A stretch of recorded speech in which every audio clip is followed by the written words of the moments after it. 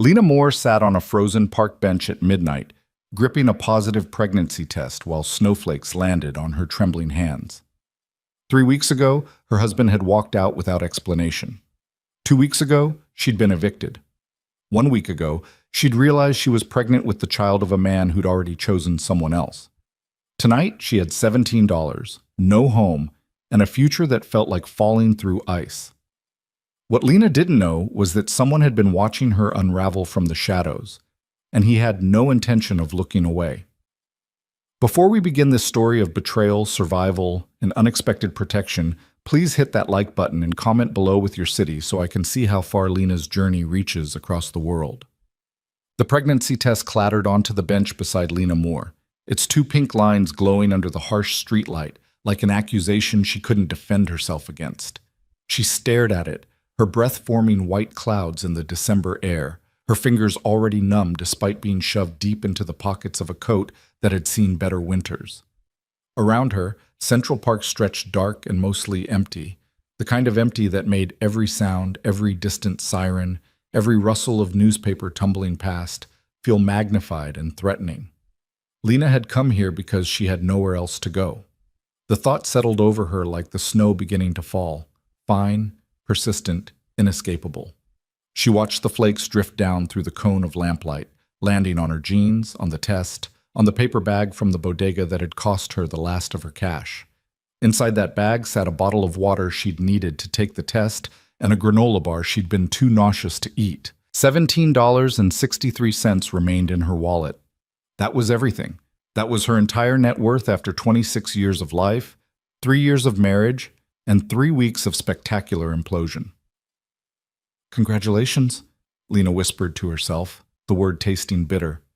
"You're going to be a mother." The irony wasn't lost on her. A mother. Her who currently qualified as homeless. Her whose husband had walked out of their apartment 23 days ago. She'd counted every single one, with nothing but a duffel bag, and the truth she'd been too stupid to see coming. "I never stopped loving her, Lena. I thought I could. I thought 3 years would be enough to forget. But it's not. I'm sorry." Sorry.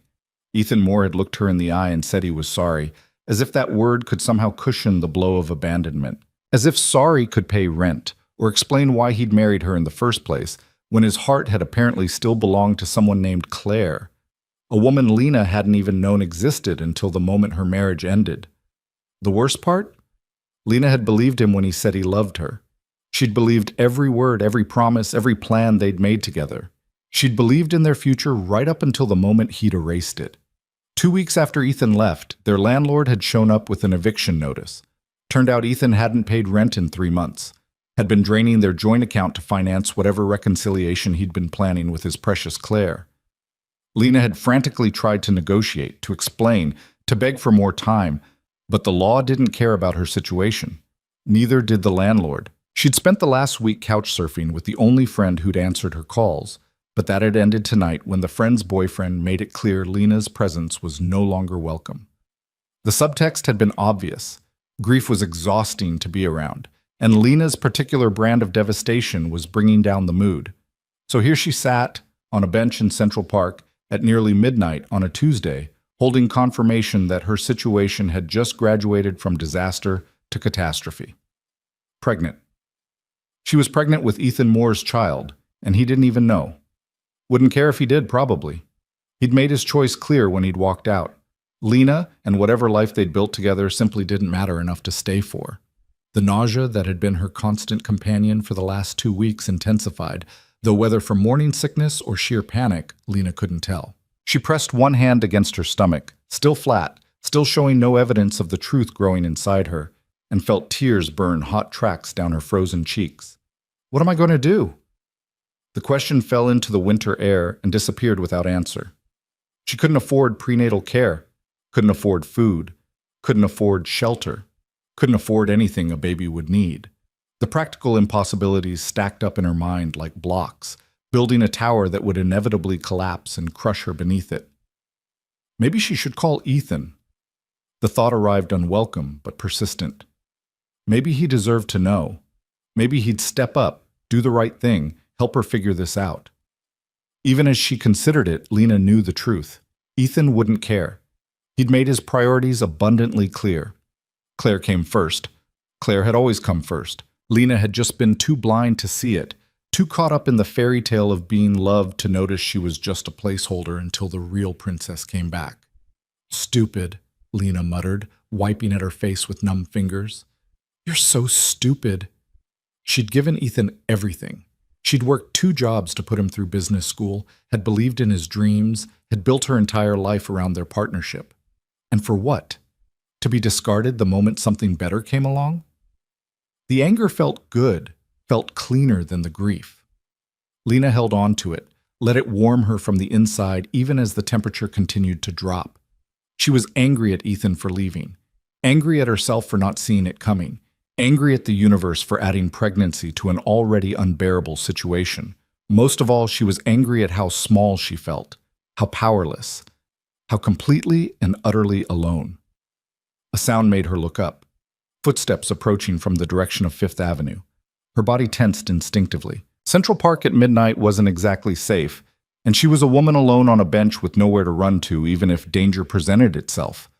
But the figure that emerged from the darkness didn't feel threatening. He moved with the kind of controlled purpose that suggested he knew exactly where he was going and why. Tall, she registered.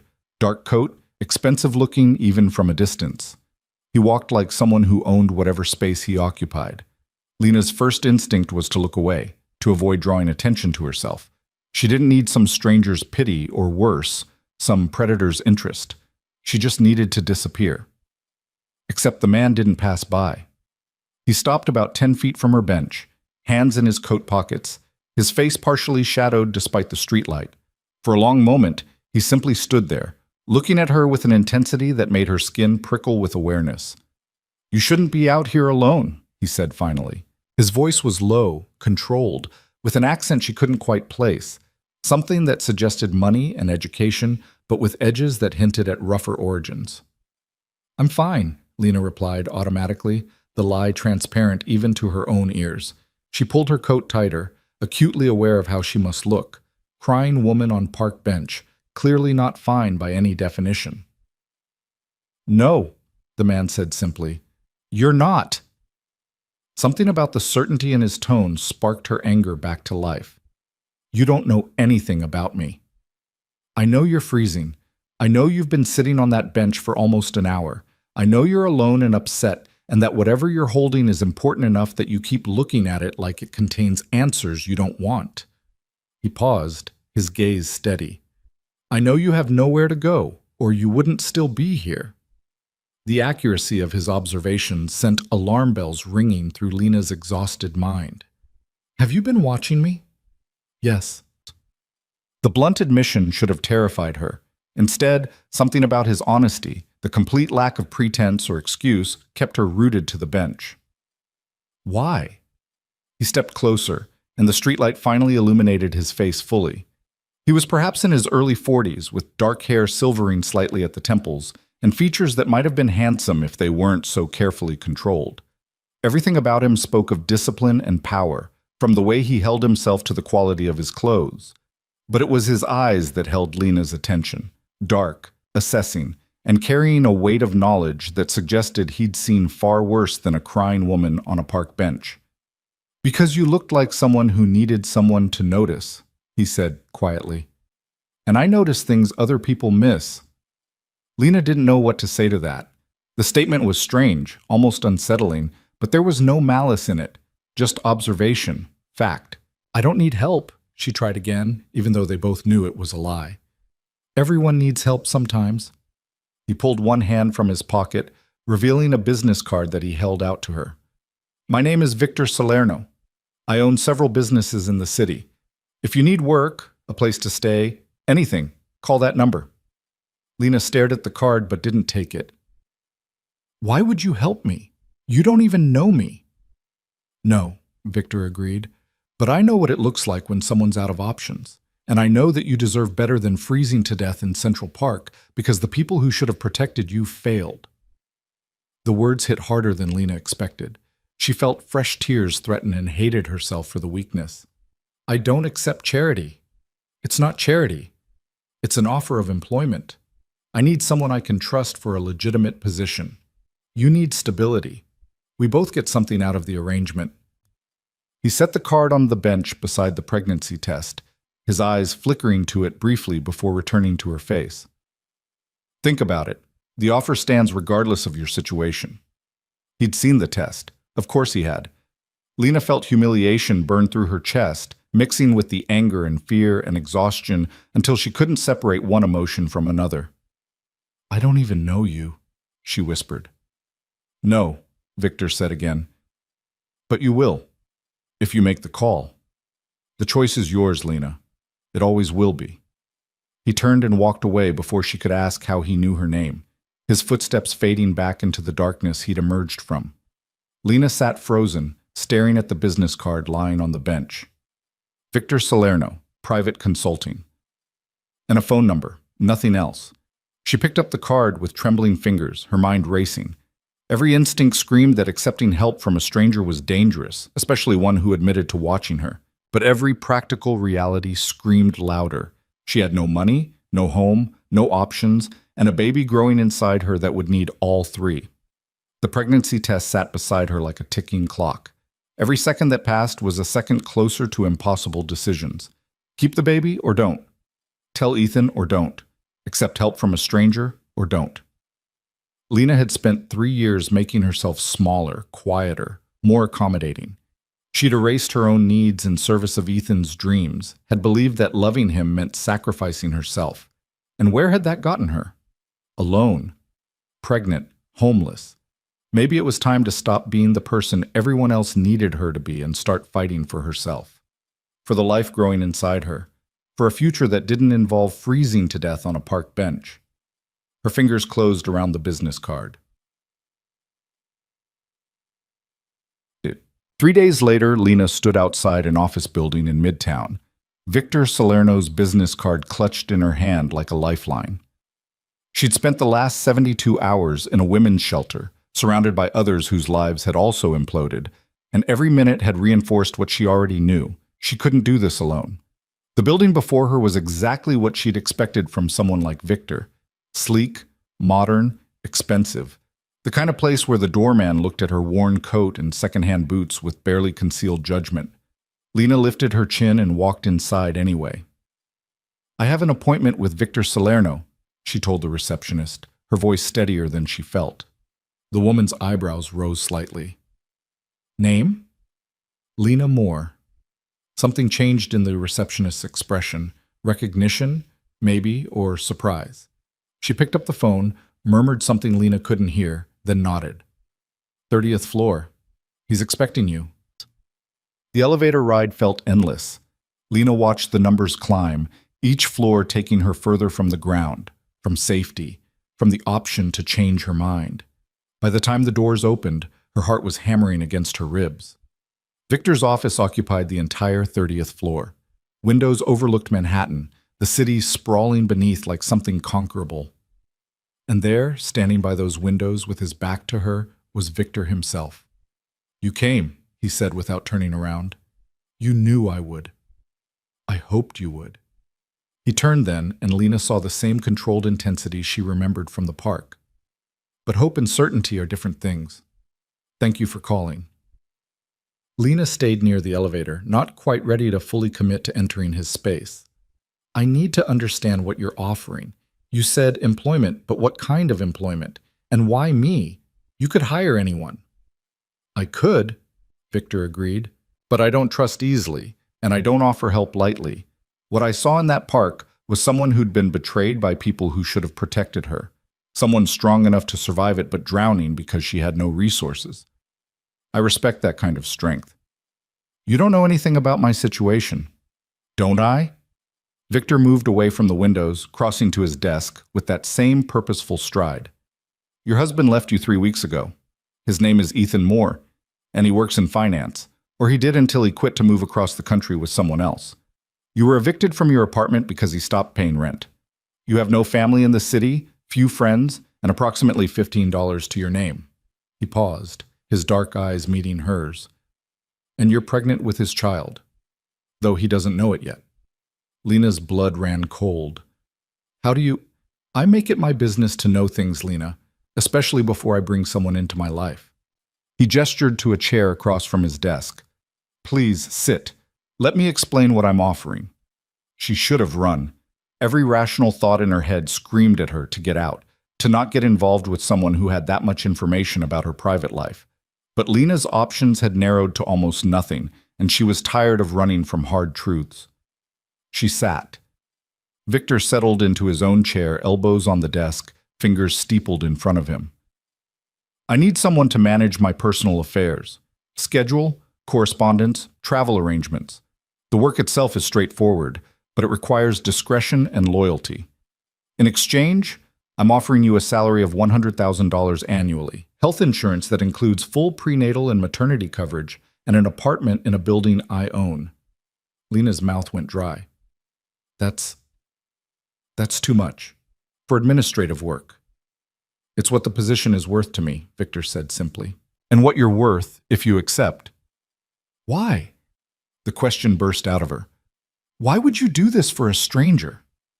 Victor leaned back in his chair, studying her with that unnerving intensity. Because I understand what it's like to have nothing, to be at the mercy of people who should care but don't. And because I see in you something most people miss, you're not a victim waiting to be saved, Lena. You're a survivor waiting for a chance to fight back. He paused. I'm offering you that chance. What you do with it is your choice. Lena's hands trembled in her lap. She pressed them together, trying to still the shaking. And what do you get out of this? Really? Honestly? Victor's expression didn't change, but something flickered in his eyes. Someone loyal. Someone who understands that life isn't fair and that sometimes you have to make hard choices to survive. I don't need someone who'll judge me or question my methods. I need someone who'll do their job and trust that I have my reasons for the decisions I make. It wasn't a complete answer, and they both knew it, but it was honest enough that Lena could work with it. What kind of businesses do you run? She asked carefully. Consulting, acquisitions, import-export, nothing illegal, Victor added, reading the question in her eyes. But not everything I do is conventional. The work sometimes requires discretion. Can you accept that? Lena thought about the shelter she'd left that morning, about the pregnancy test still tucked in her pocket, about the future stretching ahead of her, dark and uncertain and terrifying. Yes, she said quietly, I can accept that. Victor smiled, and it transformed his face, made him look younger, less dangerous. Good. When can you start? Now. The word came out as a question, uncertain. Now works. Victor stood, extending his hand across the desk. Welcome to your new life, Lena Moore. I promise you won't regret this. Lena took his hand, his grip warm and solid and surprisingly gentle. As their palms connected, she felt the last of her old life falling away. Whatever came next, whatever Victor Salerno's world held, it had to be better than the alternative. She just hoped she wasn't trading one kind of trap for another. 2 weeks later, Lena stared at her reflection in the bathroom mirror of her new apartment, barely recognizing the woman looking back at her. 2 weeks of regular meals had brought color back to her cheeks. 2 weeks of safety had erased the constant tension from her shoulders. 2 weeks of working for Victor Salerno had revealed exactly how much her old life had been slowly killing her. The apartment itself was modest but perfect. 1 bedroom, clean, in a building with security and heat that actually worked. Compared to the cramped, drafty place she'd shared with Ethan, it felt like luxury. Compared to the shelter, it felt like a miracle. But it was the work that surprised her most. Victor had been honest about the job requirements. She managed his schedule, screened his calls, arranged his meetings, and handled correspondence. The work itself was exactly what he'd promised. Administrative, straightforward, professional. It was everything else about Victor Salerno that kept Lena off balance. He was unfailingly polite but never warm, observant to a degree that bordered on unsettling. He noticed when she skipped meals, when she was tired, when the morning sickness made her nauseous. He noticed everything, filed it away behind those dark, assessing eyes, and adjusted accordingly.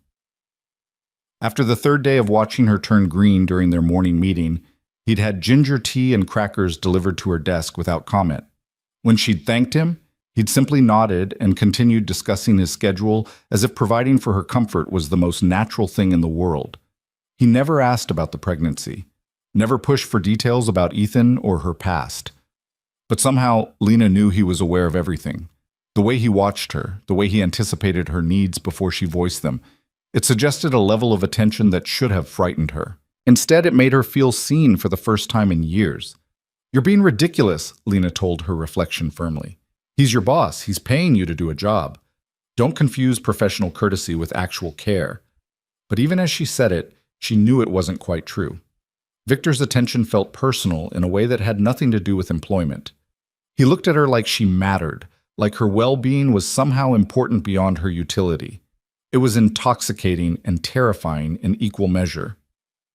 A knock on her apartment door interrupted her thoughts. Lena glanced at the clock, 9 p.m., too late for casual visitors. Caution made her check the peephole before opening the door. Victor stood in the hallway, still in his suit from work, looking as controlled and composed as ever. Lena's heart kicked against her ribs as she opened the door. "Mr. Salerno, is everything all right?" "Victor," he corrected gently, as he had every time she used his last name. "And no, everything is not all right. May I come in?"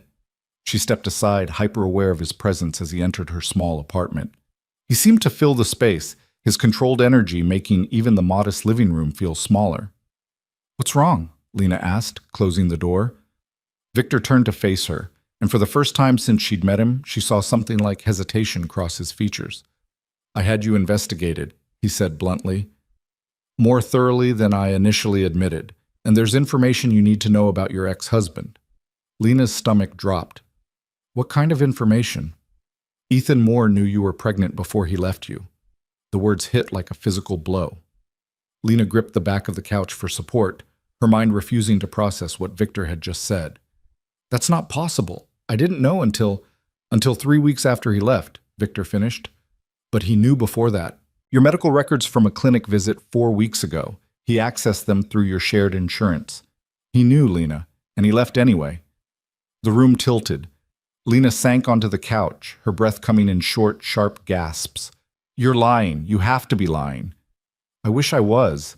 Victor moved to the coffee table, setting down a folder she hadn't noticed him carrying. "It's all documented. Insurance access logs, clinic records showing his login. He knew you were pregnant with his child, and he chose to abandon you anyway." Lena's hands shook as she opened the folder. The documents inside were exactly what Victor described. Cold clinical proof that Ethan had known about the pregnancy and had decided she wasn't worth staying for. That their child wasn't worth staying for. "Why?" The word came out broken. "Why would he do that?" "Because some people are fundamentally selfish," Victor said quietly. He sat beside her on the couch, maintaining a careful distance. "Because he prioritized his own happiness over his responsibilities. Because he's a coward who couldn't face the consequences of his choices." Tears streamed down Lena's face, hot and angry and devastating. She'd spent weeks trying to understand Ethan's abandonment, trying to find some explanation that made sense. But this was beyond comprehension. He'd known about the baby and had chosen to leave anyway. "I hate him," she whispered. "I hate him so much." "You have that right," Victor said. His voice was soft but carried an edge of steel. "And you have the right to ensure he never has the power to hurt you or your child again." Lena looked up at him through her tears. "What do you mean?" "I mean that Ethan Moore needs to understand exactly what he's lost, what he threw away. And more importantly, he needs to understand that you and your child are under my protection now." Victor's dark eyes held hers. "If you want my help making that clear, you have it. If you'd rather handle this yourself, I respect that. But either way, he doesn't get to walk away from this without consequences." Something fierce and desperate bloomed in Lena's chest. For the first time since Ethan had left, she didn't feel powerless. She felt angry, and that anger felt like strength. "What kind of consequences?" she asked. Victor smiled, and it wasn't kind. "The kind that ensure he never forgets what he gave up. The kind that guarantee your child grows up protected, provided for, and completely beyond his reach unless you choose otherwise." He paused. "The kind that make it clear you're not alone anymore, Lena. You have someone in your corner now, and that someone doesn't lose.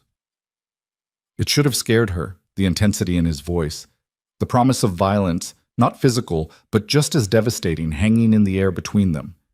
But Lena was so tired of being afraid, so tired of being the one who lost while everyone else walked away unscathed. "Okay," she said softly. "Help me." Victor reached out slowly, giving her time to pull away. When she didn't, he gently wiped a tear from her cheek with his thumb. The gesture was surprisingly tender, at odds with everything else about him. "You're stronger than you know," he said quietly. "Stronger than Ethan, stronger than the fear. You survived being abandoned while pregnant with nothing but your courage. That kind of strength is rare, Lena. Don't ever let anyone convince you otherwise."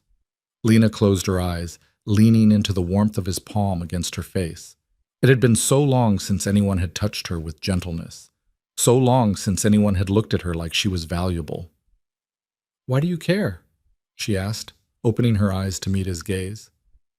"Really, Victor, why does any of this matter to you?" Victor's hand dropped, but he didn't look away.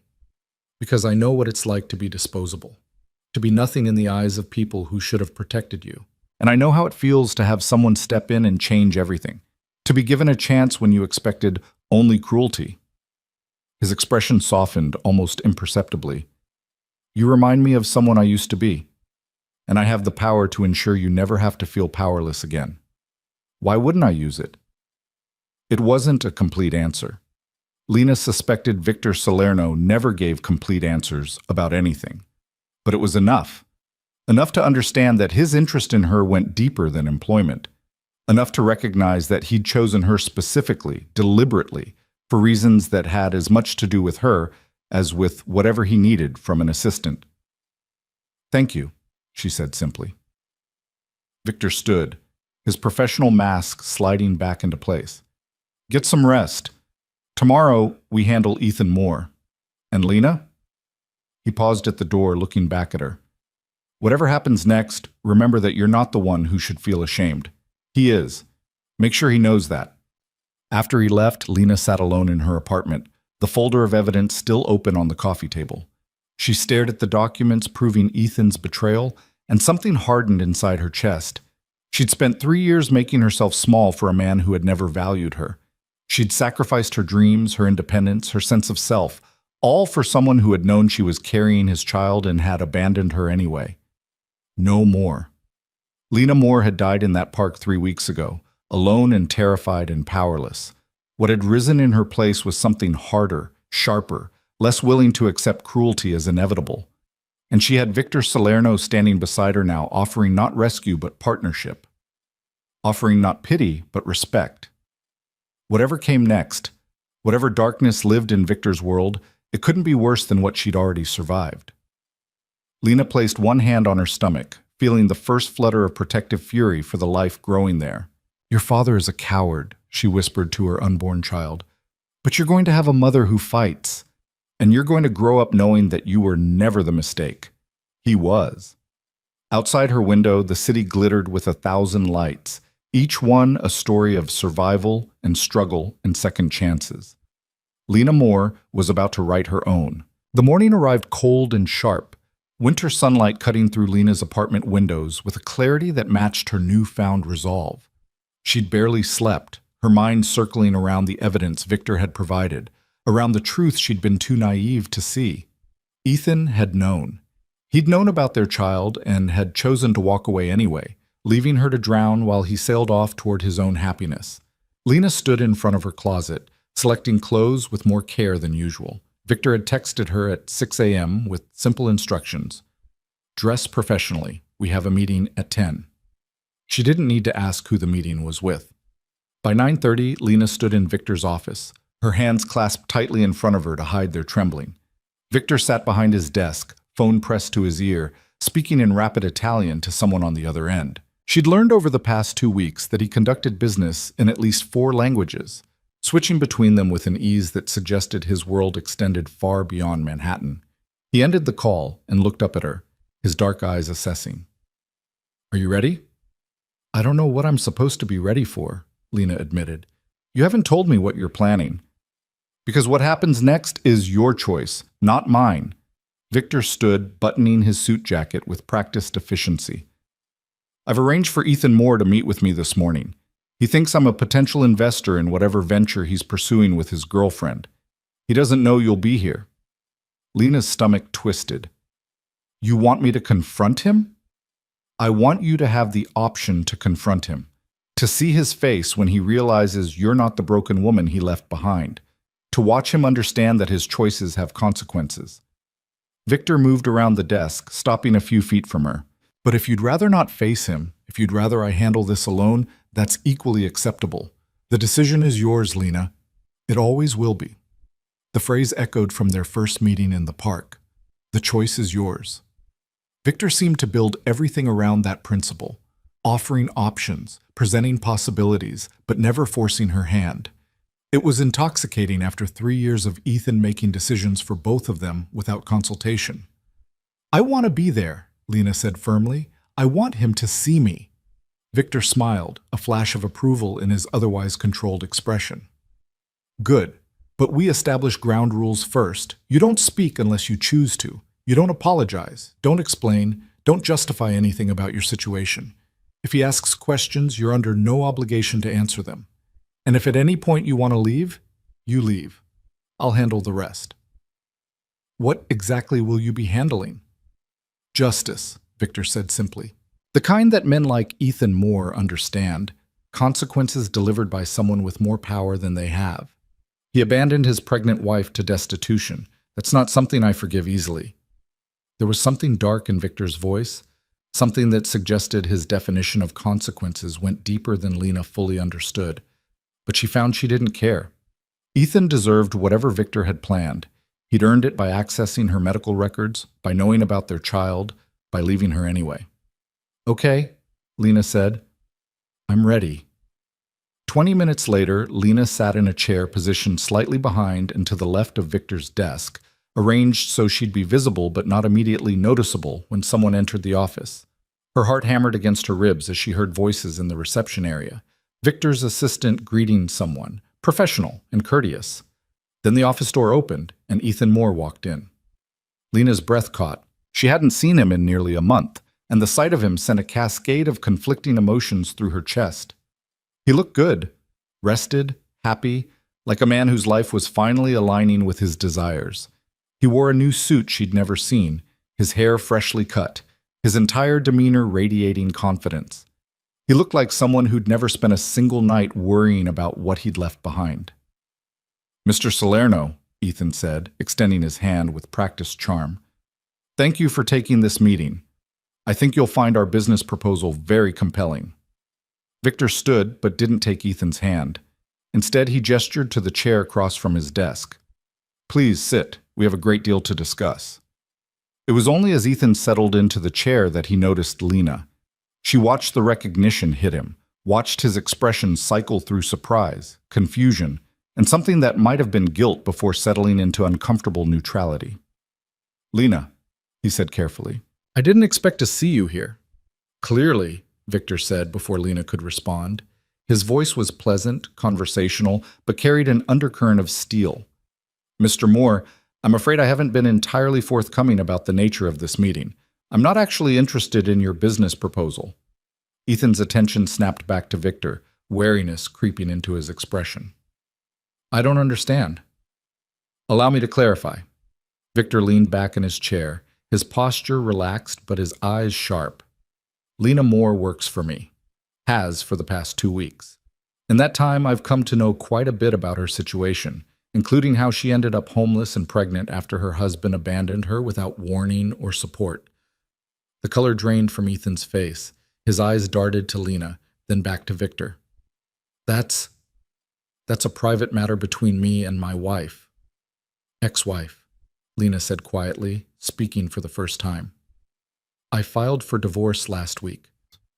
She hadn't, actually. Didn't have the money for a lawyer yet, but watching Ethan flinch at the statement felt satisfying in a way she hadn't anticipated. Lena, listen, Ethan started, but Victor cut him off. You don't speak to her unless she addresses you directly, Victor said, his tone dropping several degrees. You lost that privilege when you accessed her medical records. discovered she was pregnant with your child, and chose to abandon her anyway. Ethan went very still. I don't know what you're talking about. Don't insult our intelligence. Victor opened a folder on his desk, the same one he'd shown Lena the night before. Insurance access logs, clinic records showing your login credentials. You knew she was pregnant 4 weeks ago. You knew, and you left her homeless anyway. He paused, letting the words settle. Did you tell Claire about the baby? Or did you conveniently forget to mention that detail when you were rebuilding your great love story? How do you... Ethan's voice cracked. He cleared his throat, trying to regain composure. You have no right to investigate my private life. I have every right to protect my employees, Victor countered. And Lena is my employee now, which means her well-being is my concern, which means you've become my concern, Mr. Moore. Lena watched Ethan process this information, watched him realize that he'd walked into something far more complicated than he'd anticipated. His eyes kept darting to her, looking for some kind of alliance or understanding, but she kept her expression neutral. She'd promised herself she wouldn't cry, wouldn't show weakness, wouldn't give him the satisfaction of knowing how much he'd destroyed her. Look, Ethan said finally, addressing Victor rather than Lena. I made a difficult choice. It wasn't easy, but I had to follow my heart. Lena deserves someone who can love her completely, and I couldn't be that person. Staying would have been unfair to both of us. How noble, Victor said dryly. And draining your joint bank account, leaving her to face eviction alone? That was also for her benefit? I didn't... Ethan stopped, seeming to realize that denial was pointless. I needed that money for the move, to start fresh with Claire. Lena would have fought the divorce, would have made everything complicated. I thought if I just left, it would be cleaner for everyone. Cleaner, Lena repeated, the word tasting bitter. She leaned forward slightly, finally letting Ethan see the full weight of her anger. You thought abandoning your pregnant wife with no money, no home, and no warning would be cleaner? I didn't know you were pregnant when I left, Ethan protested, but the lie was transparent even as he spoke it. Yes, you did. Lena's voice was steady now, strengthened by fury. You accessed my medical records. You knew exactly what you were leaving behind. You knew about your child, and you decided we weren't worth staying for. Ethan's jaw worked silently. For the first time since entering the office, he looked genuinely uncomfortable. Lena, I'm sorry. I know that doesn't fix anything, but I am sorry. I panicked. I didn't know how to handle it. So you ran, Victor said flatly. Like a coward. And now you're here trying to pitch business proposals and build a new life, while the woman carrying your child was sleeping in a shelter 2 weeks ago.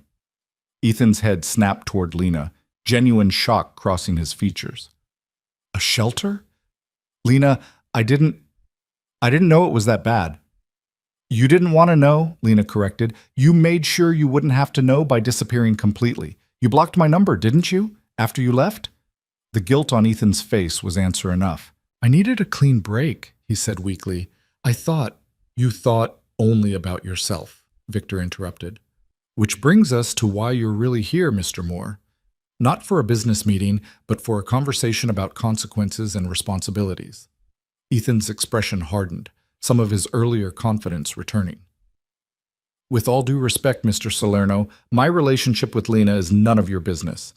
Whatever arrangement you have with her is between the two of you. Wrong. Victor's voice went cold. You made it my business the moment you left her vulnerable, and now you're going to make a choice, Mr. Moore. You're going to decide right now what role, if any, you want in this child's life. Because I promise you, the consequences of that choice will be permanent. Lena felt her pulse quicken. She hadn't expected Victor to push this hard, this fast. But watching Ethan squirm under that dark, assessing gaze, she found she didn't want to stop it. What are you talking about? Ethan asked, but uncertainty crept into his voice. I'm talking about the fact that you have a child on the way, a child you helped create and then abandoned. You can either step up and be a father with all the legal and financial responsibilities that entails, or you can walk away permanently.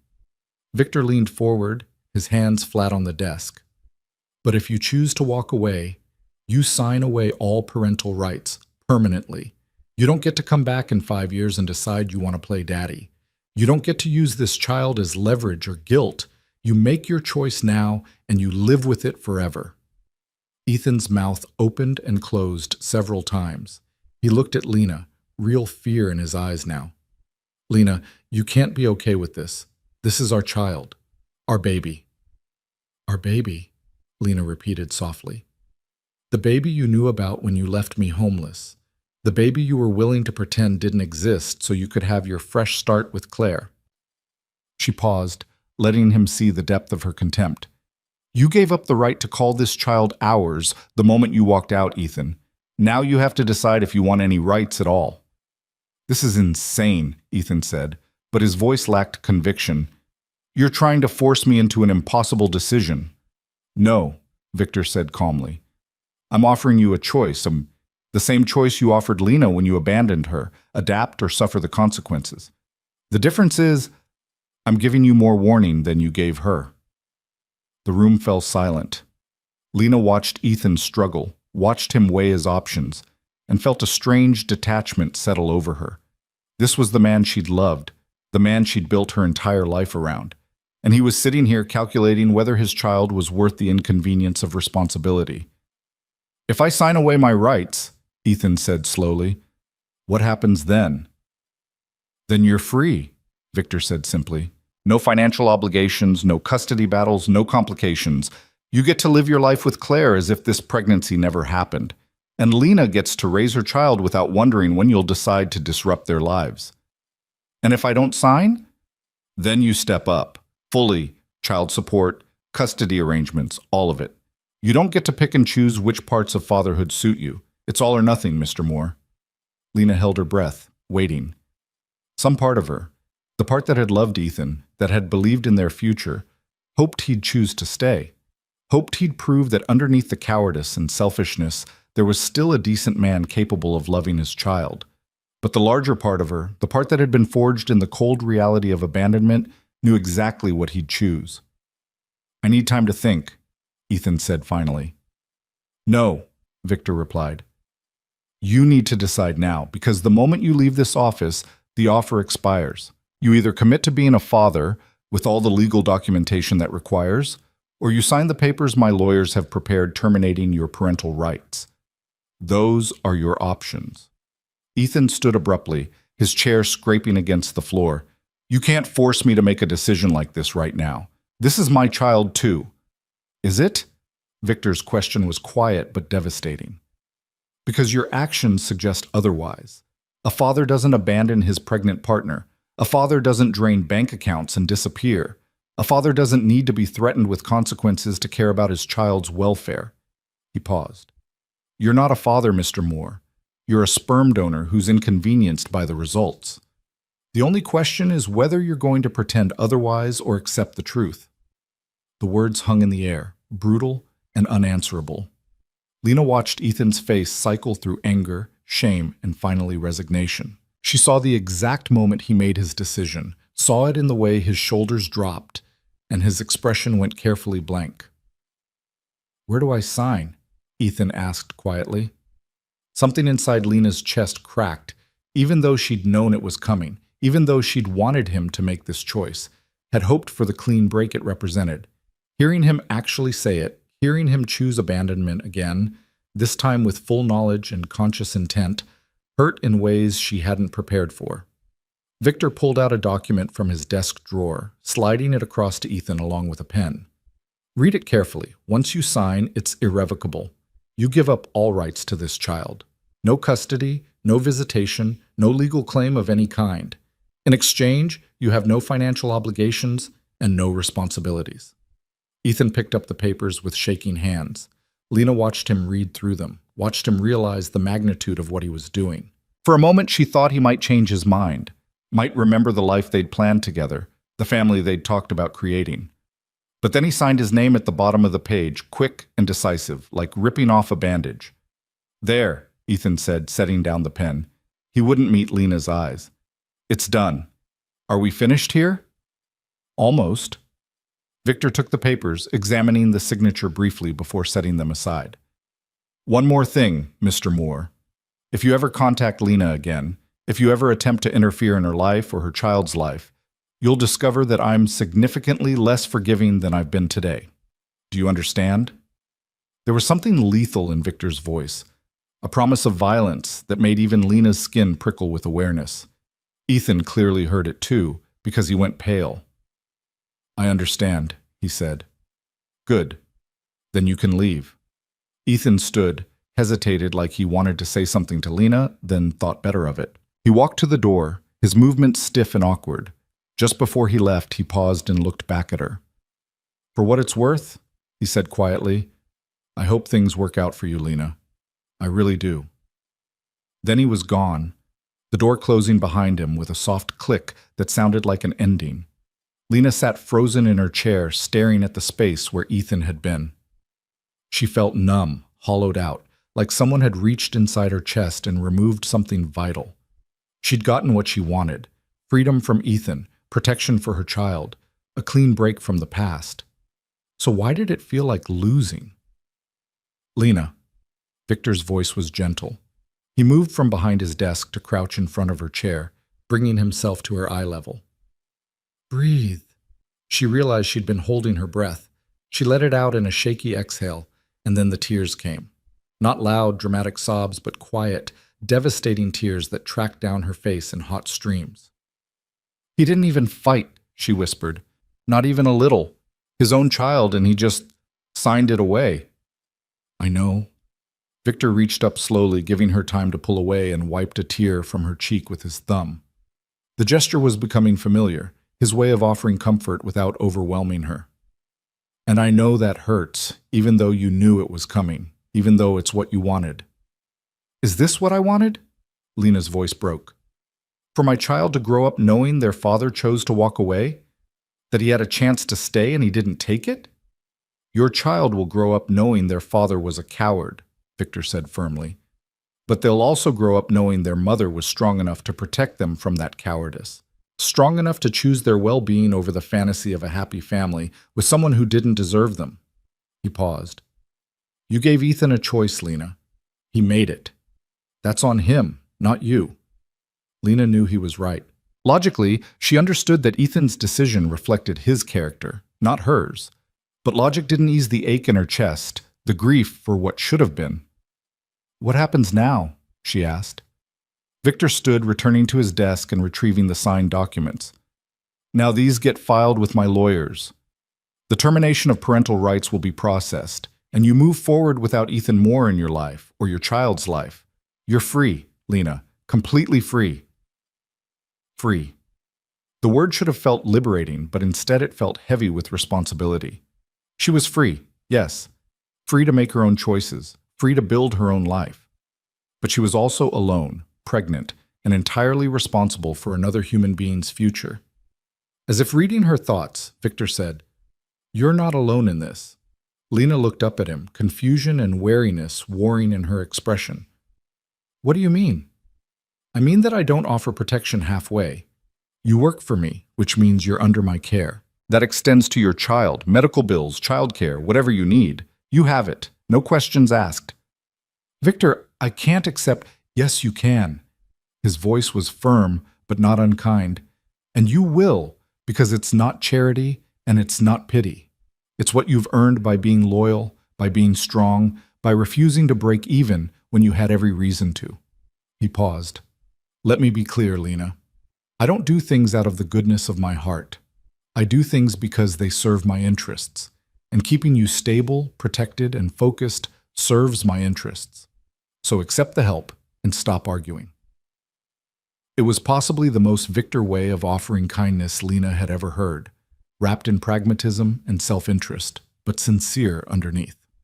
She found herself smiling despite the tears still wet on her face. You're a very strange man, Victor Salerno, she said. So I've been told. He returned to his chair, settling back into his professional demeanor like putting on armor. Take the rest of the day off. Go home, rest, process what just happened. Tomorrow, we'll start figuring out what comes next. Lena nodded, standing on unsteady legs. She made it halfway to the door before turning back. Victor, thank you for everything. He looked at her with those dark, unreadable eyes, and for just a moment, His careful control slipped enough for her to see something deeper, something that looked almost like tenderness. "You're welcome, Lena. Now go home before I change my mind about the day off." She left, but the warmth of his concern followed her all the way back to her apartment.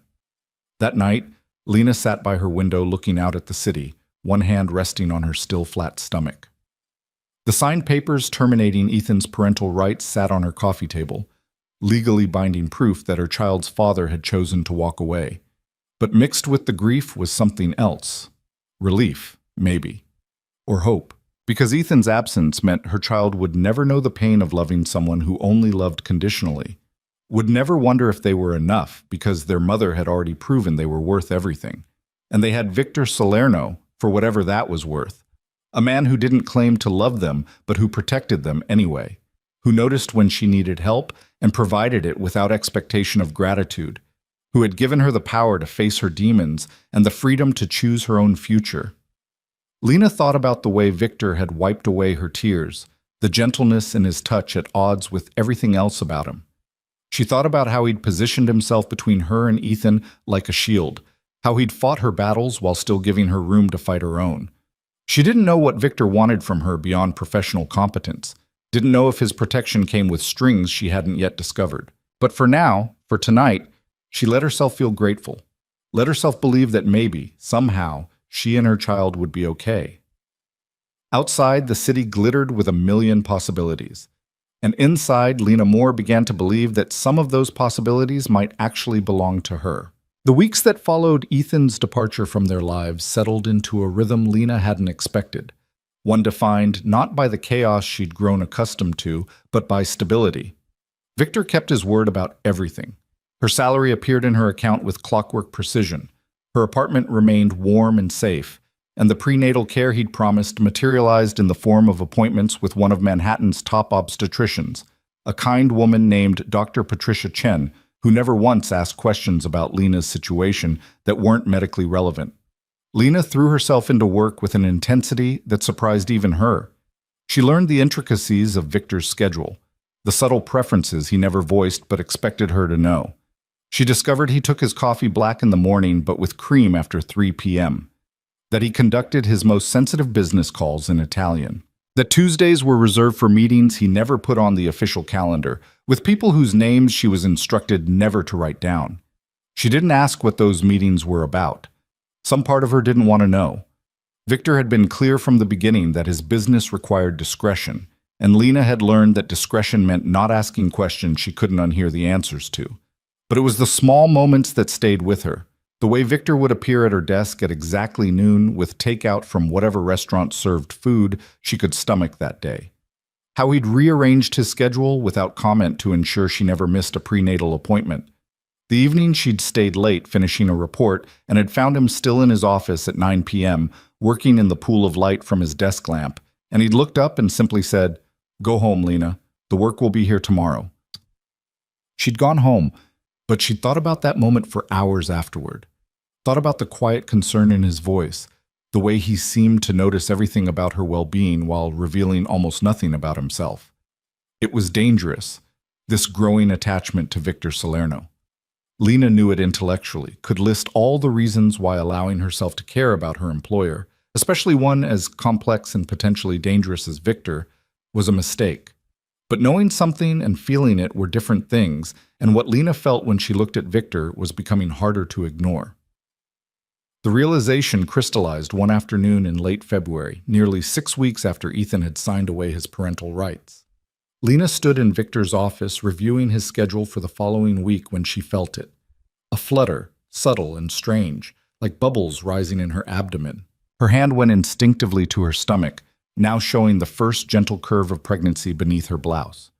The sensation came again, unmistakable this time. Movement. Her baby, making its presence known for the first time. "Lena?" Victor's voice cut through her distraction. "Are you all right?" She looked up to find him watching her with that characteristic intensity, his dark eyes missing nothing. She should have lied, should have brushed it off as nothing. Instead, she found herself smiling with wonder she couldn't contain. "The baby just moved," she said softly. "I felt it move for the first time." Something shifted in Victor's expression. Surprise, maybe? Or something deeper that he quickly masked. He stood from his desk, crossing to where she stood with measured steps. Is that normal? He asked. At this stage? Dr. Chen said it could happen any time between 16 and 20 weeks. I'm 18 weeks now, so... Lena trailed off, suddenly self-conscious under his scrutiny. It's normal. Good, actually. It means everything is progressing the way it should. Victor nodded slowly, his gaze dropping briefly to her stomach before returning to her face. And you're feeling well otherwise? No complications? I'm fine, Lena assured him. Better than fine, actually. The morning sickness is gone. Dr. Chen says the baby is healthy. Everything is exactly as it should be. Good. The word came out rougher than usual. Victor cleared his throat, stepping back to restore the professional distance that had momentarily collapsed. That's good, Lena. I'm glad. But he didn't return to his desk. Instead, he stood there, hands in his pockets, looking at her with an expression she couldn't quite decipher. The silence stretched between them, weighted with things neither of them seemed willing to say. Victor, Lena began, then hesitated.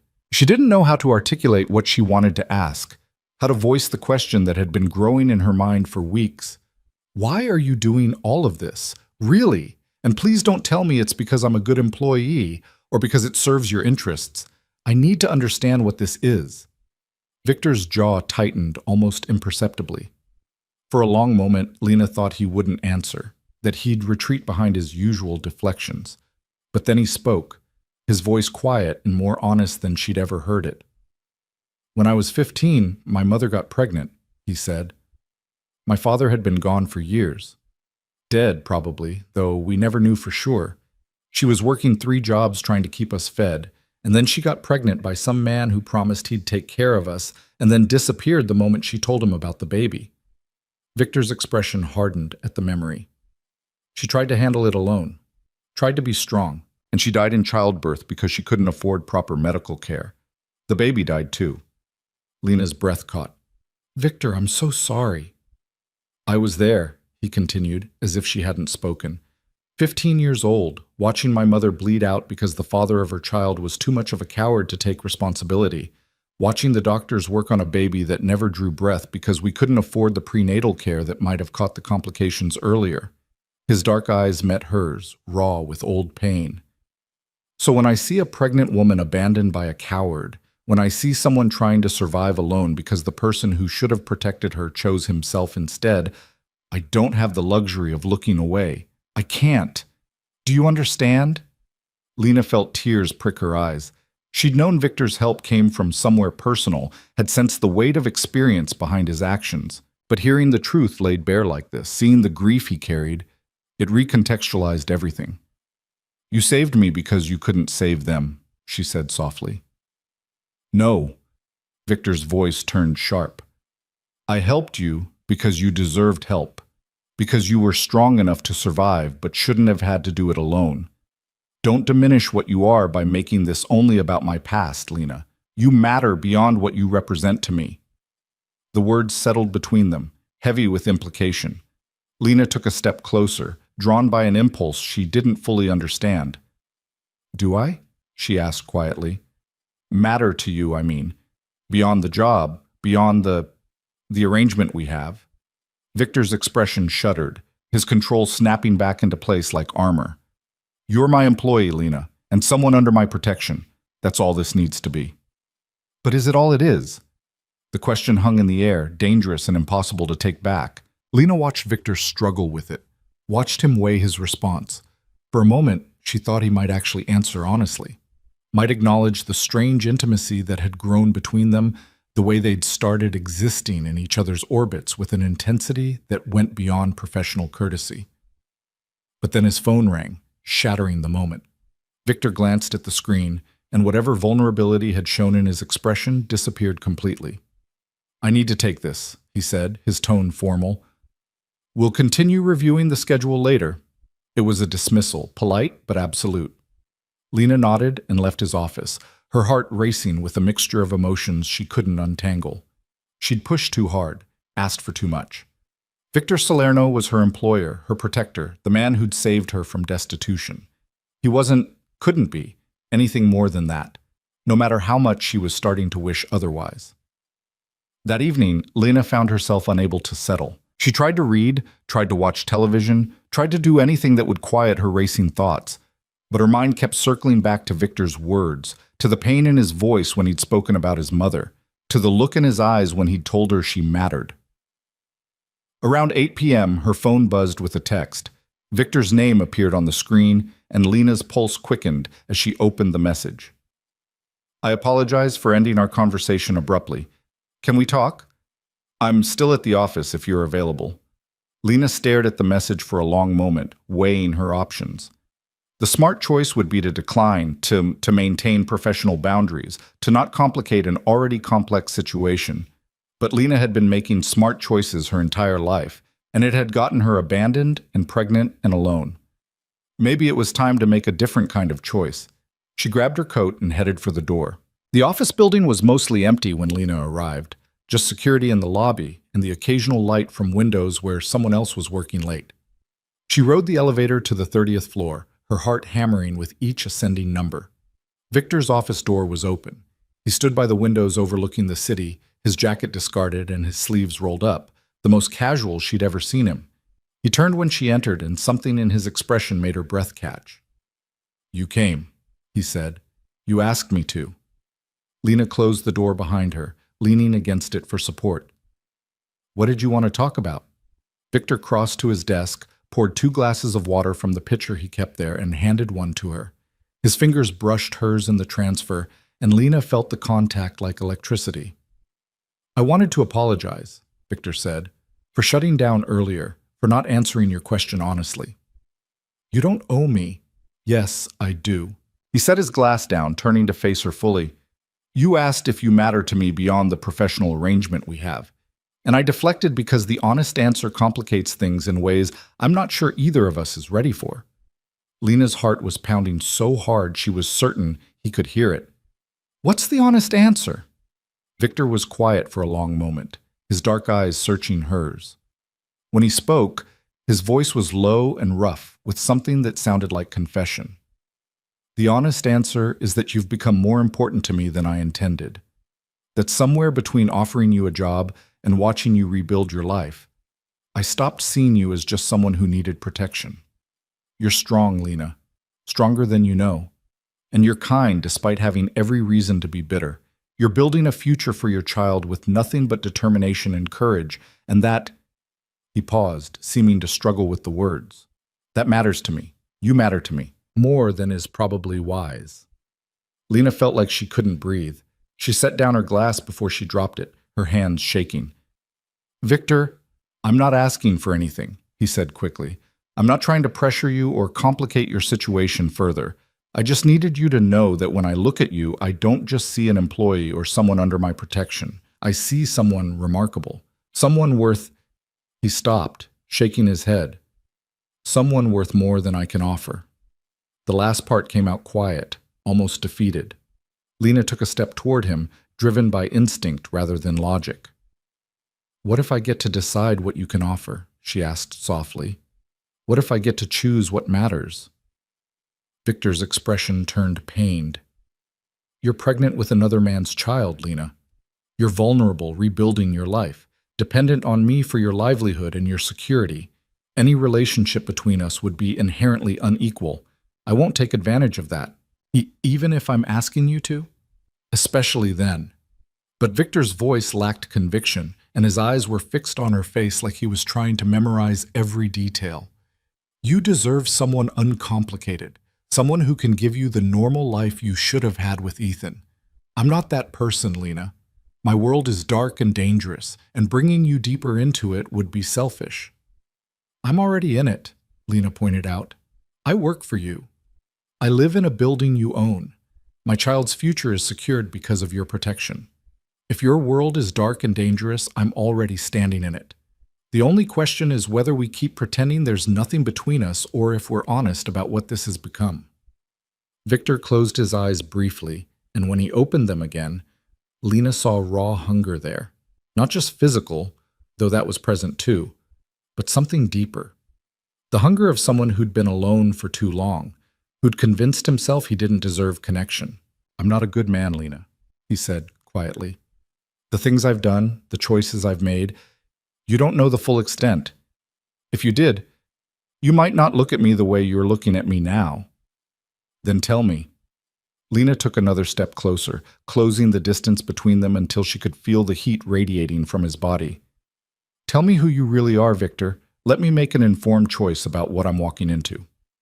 For a moment she thought he might actually do it, might lay bare all the secrets he kept locked behind those dark eyes. But then he reached out, his hand cupping her face with a gentleness that seemed at odds with everything else about him. "Not tonight," he said softly. "Tonight I just need to know. Is this what you really want? Not because you're grateful or because you think you owe me something, but because you genuinely want this?" Lena turned her face into his palm, letting herself feel the warmth of his skin against hers. "I want this," she whispered. "I want you. And I know that's probably insane given everything that's happened, given that I barely know you and I'm pregnant and my life is a mess. But I've spent the last 3 years denying what I wanted in favor of what I thought I should want. I'm done with that, Victor. If there's one thing Ethan taught me, it's that life is too short and too unpredictable to waste on shoulds." Victor's thumb traced along her cheekbone, and Lena saw something in his expression crack. The careful control giving way to something raw and real and achingly vulnerable. "You're going to regret this," he said, but it sounded like a plea, like he was begging her to prove him wrong. "Maybe," Lena agreed, "but I'd rather regret something I chose than something that was chosen for me. I'd rather take the risk than wonder what might have happened if I'd been brave enough to try." Victor's other hand came up to frame her face, holding her like she was something precious. "I can't promise you easy, Lena. I can't promise you simple or uncomplicated. All I can promise is that I will protect you and your child with everything I have. That I will be honest with you even when the truth is ugly. And that I will never, ever abandon you the way Ethan did." "That's all I need," Lena said, and meant it. She'd learned the hard way that promises of forever meant nothing, but promises of honesty, of protection, of choosing to stay even when things got difficult, those she could believe in. Victor leaned down slowly, giving her every opportunity to pull away. But Lena didn't pull away. She rose up on her toes to meet him halfway, and when their lips finally touched, it felt like something inevitable. Like the culmination of every moment that had led them here, from that first night in the park to this instant. The kiss was gentle at first, almost questioning. But then Lena's hands found their way to Victor's shoulders, and his arms wrapped around her waist, and the gentleness gave way to hunger, to the raw need of two people who'd been alone too long, who'd been denying what they wanted out of fear or propriety or both. When they finally broke apart, both breathing hard, Victor rested his forehead against hers. "This changes everything," he said quietly. "I know," Lena replied. "Is that a problem?" "No." Victor's arms tightened around her, protective and possessive in equal measure. "No, it's not a problem. It's just, I need you to understand what you're getting into, my life, my business, the people I associate with. It's not the world you're used to, and once you're part of it, once people know you matter to me, that makes you a target." Lena pulled back enough to look him in the eye. "Then teach me. Teach me how to survive in your world. I'm not some fragile thing that needs to be kept in the dark for my own protection, Victor. I'm stronger than that." Something like pride flickered across Victor's face. "Yes," he said. "You are." "All right, Lena. No more secrets between us, no more half-truths. You want to know who I really am? I'll show you, but you have to promise me something in return." "What?" "If it ever becomes too much, if you ever want out, you tell me. You don't suffer in silence trying to be strong enough to handle it. You tell me, and I will make sure you and your child are protected, even if that means protecting you from me. Promise me." Lena considered this, understanding the weight of what he was asking. He was offering her an escape route, insurance against the possibility that his world might destroy her. It should have frightened her. Instead, it made her trust him more. "I promise," she said. "But Victor, I'm not going anywhere. Whatever darkness you think you're protecting me from, I can handle it. I've already survived the worst betrayal of my life. Everything else is just details. Victor's smile was small but genuine, the first truly unguarded expression she'd seen from him. "We'll see about that," he said. Then more seriously, "There's a dinner tomorrow night, business associates of mine. I was going to attend alone, but I'd like you to come with me. Not as my assistant, but as someone important to me. It will send a message to certain people, make your position in my life clear, but it also means stepping into my world fully. Are you ready for that?" Lena thought about everything that had led to this moment, about Ethan's betrayal and her own survival, about the child growing inside her who deserved a mother brave enough to choose her own path, about the man in front of her who'd shown her more genuine care in 2 months than her husband had in 3 years. "Yes," she said firmly. "I'm ready." Victor kissed her again, softer this time, like he was sealing a promise. When he pulled back, his eyes were warm with something that looked almost like hope. "Then tomorrow night," he said, "you meet the real Victor Salerno. And Lena, I hope you meant what you said about being strong enough to handle it, because once you see the truth, there's no going back." Lena squared her shoulders, meeting his gaze with determination. "Good," she said. "I'm done with going back. From now on, I only move forward." And standing there in Victor's arms, overlooking a city full of possibilities and dangers in equal measure, Lena Moore meant every word. She'd been broken by betrayal, had rebuilt herself from nothing, and had found something unexpected in the process, not just safety or security, but the potential for something real. Whatever came next, whatever darkness Victor's world contained, she would face it with her eyes open and her heart finally willing to risk itself again. Because the alternative, staying safe but alone, protected but unfulfilled, wasn't living, it was just surviving, and Lena had done enough surviving to last a lifetime. The dress Victor had sent to her apartment that morning was black, elegant, and far more expensive than anything Lena had ever owned. She stood in front of her bedroom mirror, smoothing the fabric over the gentle swell of her stomach, and barely recognized the woman staring back at her. Pregnancy had brought color to her cheeks, and a fullness to her features that softened the sharp edges fear and hunger had carved into her face over the past months.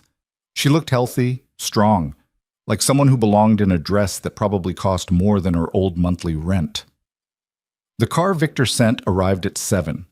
Lena gathered her courage along with her clutch and headed downstairs, her heart hammering with each step.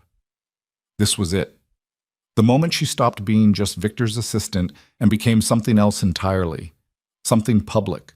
Something that would bind her to him in ways she couldn't fully predict. Victor was waiting in the back of the town car, and when she slid in beside him, the look on his face made her breath catch. He'd always been handsome in that controlled, dangerous way of his, but tonight he looked at her like she was something miraculous. "You're stunning," he said quietly, his dark eyes tracing over her face with an intensity that made her skin warm. "It's the dress," Lena replied, suddenly self-conscious. "No." Victor reached over, taking her hand in his. "It's you. The dress just makes it obvious to everyone else." The drive to the restaurant took them to a part of Manhattan Lena had only ever seen from the outside. The kind of neighborhood where wealth whispered rather than shouted, where restaurants didn't have signs because if you needed to ask where they were, you couldn't afford to eat there.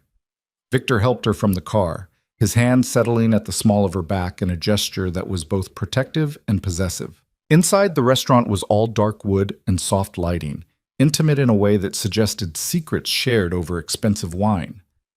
A host greeted Victor by name, leading them through the main dining room to a private area in the back. Lena felt eyes following them, assessing her, calculating what her presence at Victor Salerno's side meant. The private room held a single large table where 4 people were already seated. They looked up as Victor and Lena entered, and Lena felt herself being evaluated by gazes that missed nothing. "Victor," one of the men said, standing. He was perhaps 50, with silver hair and the kind of tan that came from winters in warmer climates. "You're late. We were beginning to think you'd changed your mind about joining us." "Antonio," Victor replied smoothly. "I apologize. I was ensuring my guest was comfortable." He guided Lena forward with gentle pressure at her back. "Everyone, this is Lena Moore. Lena, allow me to introduce Antonio Ricci, his wife Sophia, Marcus Chen, and Yuki Tanaka. The names meant nothing to Lena, but the way Victor said them suggested they should. She smiled politely as each person acknowledged her with varying degrees of curiosity and calculation. Moore, Antonio repeated, his eyes sharp. Any relation to Ethan Moore? Works in finance? Recently relocated to California? Lena's smile froze. Victor's hand tightened almost imperceptibly at her back, a silent message of support. My ex-husband, Lena said evenly. We're divorced. Ah. Something knowing flickered across Antonio's face. My apologies, I didn't mean to bring up uncomfortable history, but his tone suggested he'd meant to do exactly that, testing her reaction. Ancient history, Victor said, his voice carrying a warning edge. Lena works with me now, and she's under my protection. I trust that's clear to everyone here? The statement hung in the air, weighted with implications Lena didn't fully understand, but she watched the other people at the table process the information, watched them recalibrate their assessment of her. Sophia Ricci's expression softened slightly. Marcus Chen nodded with what looked like respect.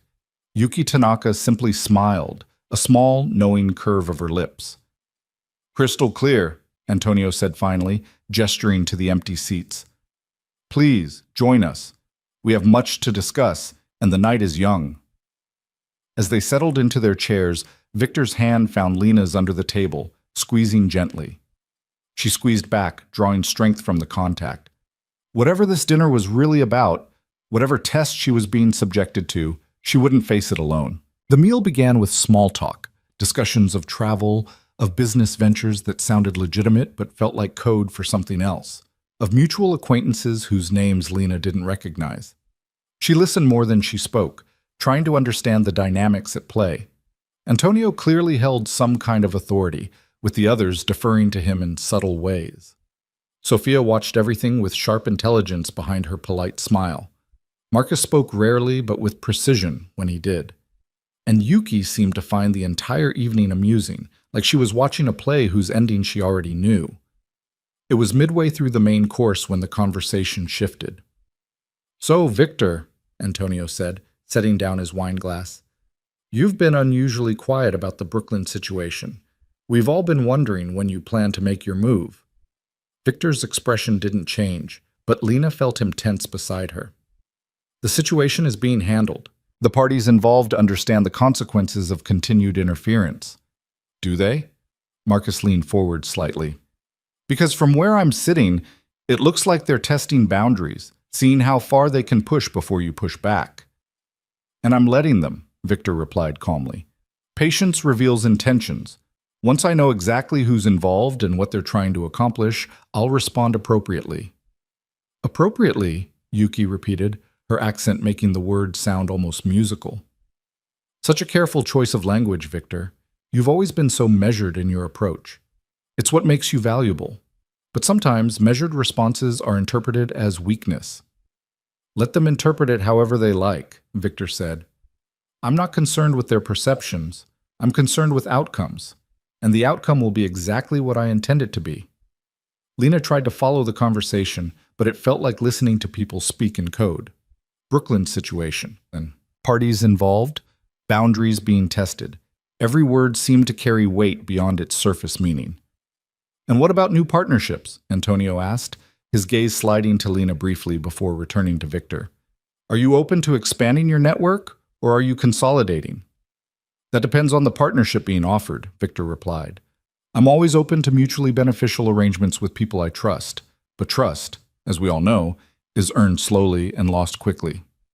Indeed it is. Antonio smiled, but it didn't reach his eyes. Which is why bringing your personal life into business circles is always such an interesting choice. It creates vulnerabilities. The statement was a challenge, thinly veiled as observation. Lena felt Victor's hand tighten on hers under the table, but his expression remained neutral. It creates clarity, Victor corrected.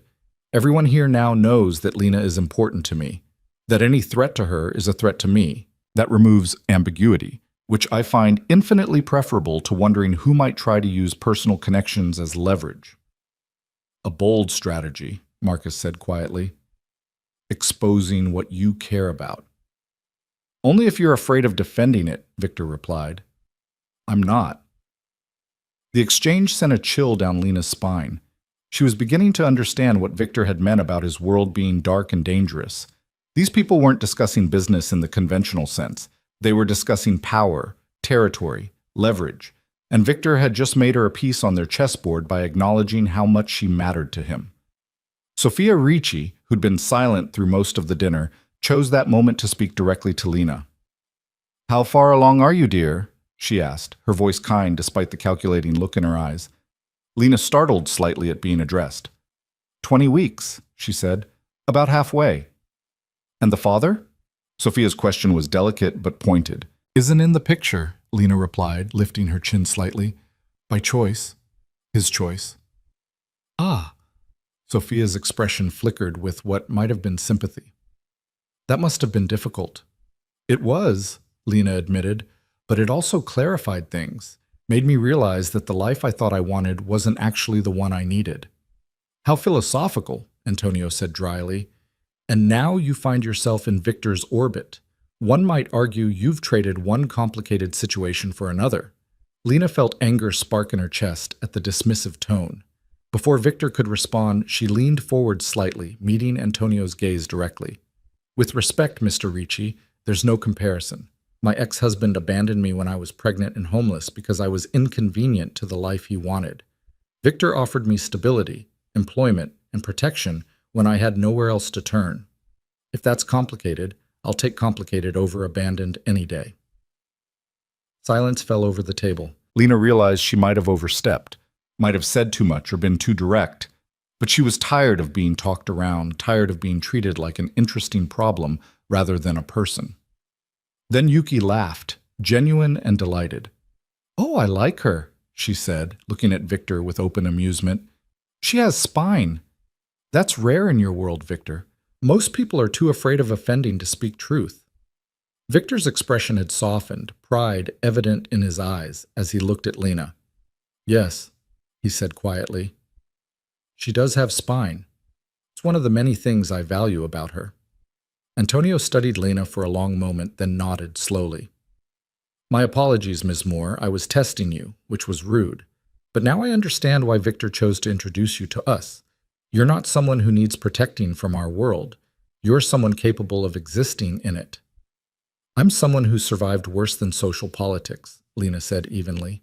And I'm someone who values honesty over games. If there's something you want to know about me or my relationship with Victor, ask directly. I'll either answer or tell you it's none of your business. But don't talk around me like I'm not here. The words were out before Lena could second-guess them. She felt Victor tense beside her, uncertain how the others would react to being called out so bluntly. But to her surprise, Sophia smiled warmly. I think we're going to get along very well, Sophia said. It's refreshing to meet someone who doesn't play games. Victor, you've chosen well. The atmosphere at the table shifted after that. The conversation became more genuine, less performative. Antonio asked Lena about her work with Victor, seemed genuinely interested in her assessment of his schedule management. Marcus discussed investments in maternal health initiatives his foundation supported, offering recommendations for pediatricians when the time came. Even Yuki warmed up, sharing stories about navigating male-dominated business environments that made Lena laugh despite herself. It was only when they were leaving, after handshakes and promises to meet again, that Antonio pulled Victor aside. Lena watched from a distance as the two men spoke in low, urgent tones. She couldn't hear what was being said, but she saw Victor's expression harden, saw Antonio gesture emphatically, saw the tension that crackled between them. Finally, Victor nodded once, sharp and final, and returned to Lena's side. Everything all right? She asked quietly as they headed for the car. We'll talk about it when we get somewhere private, Victor said, his voice tight with barely controlled anger. The drive back to Victor's office building, not her apartment, she noted, was silent. Victor's hand held hers, but his jaw was clenched and his eyes were dark with fury. Lena didn't push, just held on, and waited. Once inside his office, Victor poured himself a drink, whiskey, straight, and downed it in one swallow. Then he turned to Lena, and the raw emotion on his face made her heart clench. What did Antonio say? She asked. That someone's been asking questions about you, about your connection to me, about your pregnancy, about Ethan. Victor's hands curled into fists. Someone's trying to find leverage, Lena, and they've identified you as my weakness. The words should have terrified her. Instead, they made her angry. Who? Antonio doesn't know yet, but he's going to find out. Victor crossed to her, his hands coming up to frame her face. I need you to understand something. What I do, the business I'm involved in, it's not entirely legal. I don't hurt innocent people, don't deal in anything truly dark, but I operate in gray areas. Import-export that doesn't always follow regulations. Consulting that's really negotiation between parties who can't go to authorities. I move money, I broker deals, and I protect people who can't protect themselves through conventional means. Lena had suspected as much, had known from the beginning that Victor's world existed outside normal boundaries. Hearing him confirm it didn't shock her the way it probably should have. Okay, she said simply. Victor blinked. Okay? Lena, I just told you I'm essentially a criminal, a well-connected, careful one, but still, you just told me you help people who can't get help through normal channels, Lena corrected. You told me you exist in gray areas, which is different from being evil.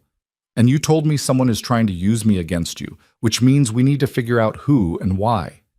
She paused, meeting his eyes steadily. Unless I'm wrong? Unless you're actually involved in something that hurts people? No, Victor said firmly. I have lines I don't cross. Children are off limits. Human trafficking is off limits. Anything that creates victims is off limits. I facilitate transactions between willing parties, move money for people who need discretion, and occasionally apply pressure to people who deserve it, but I don't create suffering. Then I don't care about the legal technicalities, Lena said. I care that someone is targeting me to get to you. What do we do about it?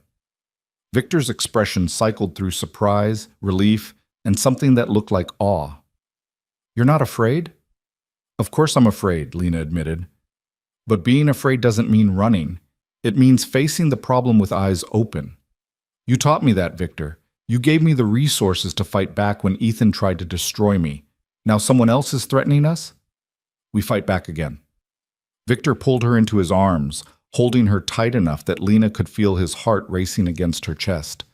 You're extraordinary, he said roughly. You know that? I'm practical, Lena corrected. And I'm invested. This isn't just about you anymore, Victor. Someone's threatening my stability, my child's future. That makes it personal. Victor pulled back enough to look at her, his dark eyes intense. Which is exactly why we're going to end this quickly. Antonio is already putting out feelers, finding out who's asking questions. Once we know who, I'll handle it. How will you handle it? Lena asked carefully. Depends on who it is and what they want, Victor said. But it will be permanent. I don't leave loose ends, Lena, and I don't let threats to people I care about go unanswered. There was steel in his voice, a promise of violence that should have frightened her. Instead, it made Lena feel safe, protected. Like no matter what came next, Victor would stand between her and danger. I trust you, she said quietly, to do what needs to be done. Victor's expression softened. He kissed her forehead gently, a gesture of tenderness that contrasted sharply with the conversation they'd just had. Get some rest, he said. Tomorrow we start taking precautions. Security upgrade for your apartment, a driver for when you need to go anywhere, new protocols for the office. I'm not taking chances with your safety. Our safety, Lena corrected, placing his hand on her stomach where their baby, because that's what it had become in her mind, theirs rather than just hers, moved beneath her skin. We're a package deal now, Victor. Whatever protection you're offering, it covers both of us. Victor's hand splayed across her stomach, his expression transforming into something Lena had never seen before, wonder mixed with fierce protectiveness. Both of you, he agreed. I swear it, Lena. Nothing will touch either of you. I'll burn down anyone who tries. Lena believed him, believed it in the set of his jaw, the steel in his voice, the way his hand cradled her stomach like something precious. Whatever darkness existed in Victor Salerno's world, whatever violence he was capable of, it was all channeled toward protection, toward keeping safe the people who mattered to him. And she mattered to him. her and the child growing inside her. They both mattered enough that Victor was willing to go to war to keep them safe. The realization settled over Lena like a warm blanket. For the first time in months, maybe for the first time in years, she felt truly secure. Not because her circumstances were perfect, but because she had someone standing beside her who would fight for her without hesitation. "Take me home," she said softly. "Stay with me tonight. I don't want to be alone." Victor's eyes darkened with emotion. "Are you sure?" "I've never been more sure of anything." Lena reached up, cupping his face the way he so often cupped hers. "I choose this, Victor. I choose you. Whatever comes next, we face it together." Victor kissed her then, deep and claiming and full of promise. When they finally broke apart, both breathing hard, he rested his forehead against hers. "Together," he agreed. "From now on, everything is together. You're not alone anymore, Lena. Neither of us is." As they left his office and headed toward the elevator, Lena felt the last pieces of her old life falling away. She wasn't Ethan Moore's abandoned wife anymore. Wasn't the helpless woman crying on a park bench with nowhere to go and no one to turn to. She was Lena Moore, survivor and fighter. She was carrying a child who would grow up knowing their mother had chosen strength over safety. And she was building something real with a man who saw her as an equal rather than a burden. The future was uncertain, dangerous even, with threats lurking in shadows she couldn't yet see. But Lena had stopped being afraid of uncertainty the moment she'd accepted Victor's business card in that frozen park. Had stopped being afraid of danger the moment she'd chosen to fight back against abandonment. Whatever came next, she would face it with her eyes open and her heart finally willing to trust again. Because the alternative, hiding from risk, protecting herself from potential pain, wasn't living. It was just existing. And Lena Moore was done merely existing. She was ready to fight for the life she deserved, ready to stand beside Victor Salerno and face whatever darkness his world contained, ready to become the mother her child needed, strong, brave, and absolutely unwilling to back down. The elevator doors closed on them standing close together, Victor's arm around her waist and Lena's head on his shoulder. Outside, Manhattan glittered with 1,000 stories of survival and struggle and second chances. Lena's story was just beginning, and this time she was writing it herself. The threat materialized 3 days later in the form of a manila envelope left on Lena's desk. She'd arrived at the office that morning to find it sitting there, unmarked except for her name written in block letters across the front. No postage, no return address. Someone had hand-delivered it, which meant someone had gotten past building security, past Victor's assistant, past every protection that should have kept strangers away from her. Lena's hands shook as she opened it. Inside were photographs, dozens of them. Pictures of her leaving her apartment, entering the office building, sitting in cafes during her lunch breaks. Pictures of her at her prenatal appointments, the doctor's office clearly visible in the background. And worst of all, pictures of her with Victor, taken from a distance but clear enough to show them holding hands, kissing, existing together in moments that should have been private. Beneath the photographs was a single sheet of paper with a typed message that made Lena's blood run cold. Victor Salerno's protection only extends so far. Accidents happen to pregnant women all the time. It would be tragic if something happened to you or your baby because of his arrogance. Tell him to back off the Brooklyn deal, or you'll discover just how vulnerable you really are. Lena dropped the paper like it had burned her, nausea rising in her throat that had nothing to do with pregnancy. Someone was watching her, following her, documenting her life, and they were threatening her child, her innocent, unborn child, to manipulate Victor. She grabbed her phone with trembling fingers and called Victor's direct line. He answered on the first ring. "Lena? What's wrong?" "Someone left an envelope on my desk," she said, her voice shaking despite her best efforts to stay calm. "Pictures of me, of us. And a threat about the baby if you don't back off from some Brooklyn deal." The silence on the other end of the line lasted exactly 3 seconds. When Victor spoke again, his voice was deadly calm in a way that was somehow more frightening than if he'd been yelling. "Lock my office door from the inside and wait for me there. Don't touch anything else. I'm 2 minutes away." He hung up before Lena could respond. She grabbed the envelope and its contents, her skin crawling at the thought of someone watching her through a camera lens, and hurried into Victor's office. She locked the door as instructed and stood by the windows, hugging herself against a chill that had nothing to do with temperature. Victor arrived in less than 2 minutes, his expression carved from stone. He took one look at Lena's face, then at the envelope and photographs spread across his desk, and something dangerous flickered in his dark eyes. "How did they get past security?" Lena asked, her voice small.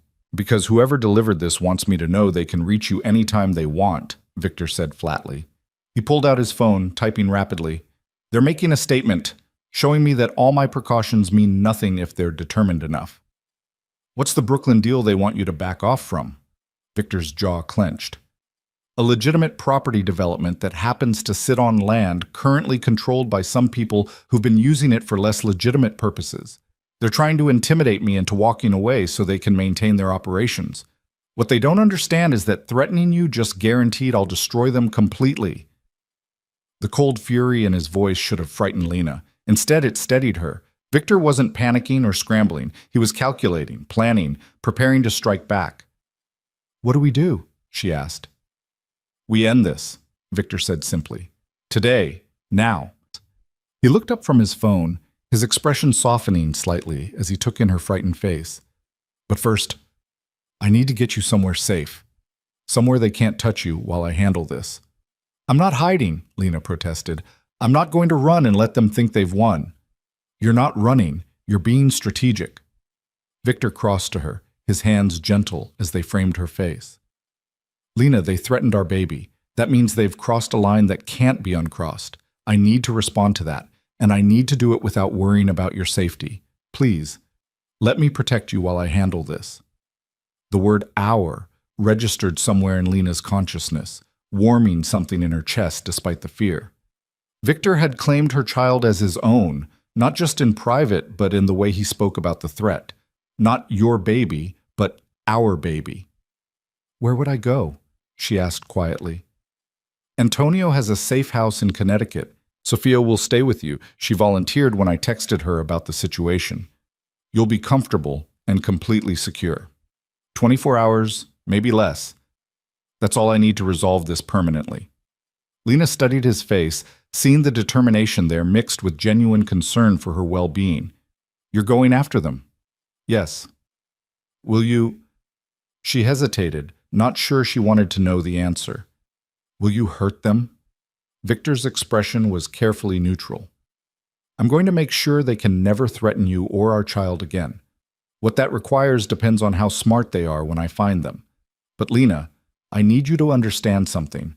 I will do whatever is necessary to keep you safe. Whatever. Can you accept that?" Lena thought about the photographs, about some stranger following her to her doctor's appointments and photographing her pregnant belly. Thought about the threat against her baby, an innocent life that hadn't asked to be caught in whatever power struggle was playing out.